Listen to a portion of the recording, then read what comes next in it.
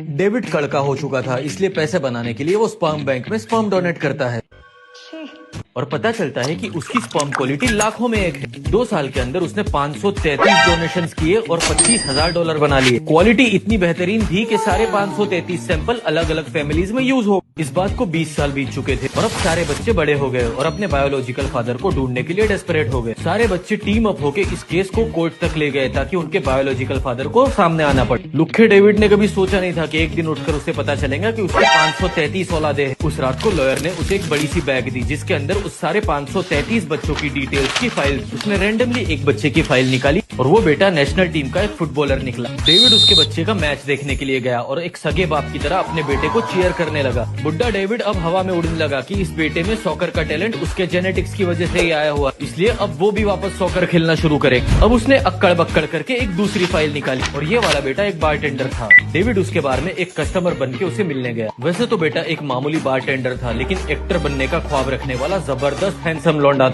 आज उसका एक बहुत ही इंपॉर्टेंट ऑडिशन था, लेकिन उसके हरामी बॉस ने उसे बोला हुआ था कि उसे ओवर टाइम करना पड़ेगा। अगर ओवर टाइम नहीं करेगा तो उसे नौकरी से हाथ धोना पड़ेगा और पिछले महीने की पगार भी नहीं मिलेगी। डेविड ने अपनी कार की चाबी उस लौंडे के हाथ में दी और बोला कि जा सिमरन जा, जी ले अपनी जिंदगी, दे दे ऑडिशन, तब तक तेरा काम मैं संभाल लेता हूँ। लौंडे ने पूछा, जान न पहचान, मैं तेरा मेहमान, तू क्यों हो रहा है चीचा मेरे पे इतना मेहरबान।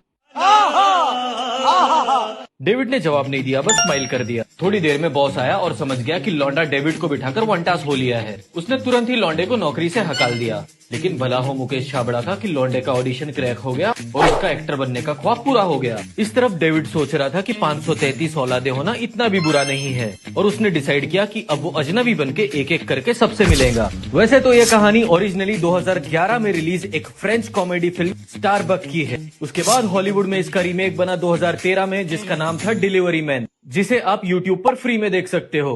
वैसे 2012 में इस सब्जेक्ट से मिलती जुलती अपनी विकी डोनर भी रिलीज हुई थी, लेकिन वो इसका रीमेक नहीं थी। हाय, वैसे मेरा नाम शीश है और अगर आपको भी कहानियां सुनना पसंद है तो फॉलो तो बनता है।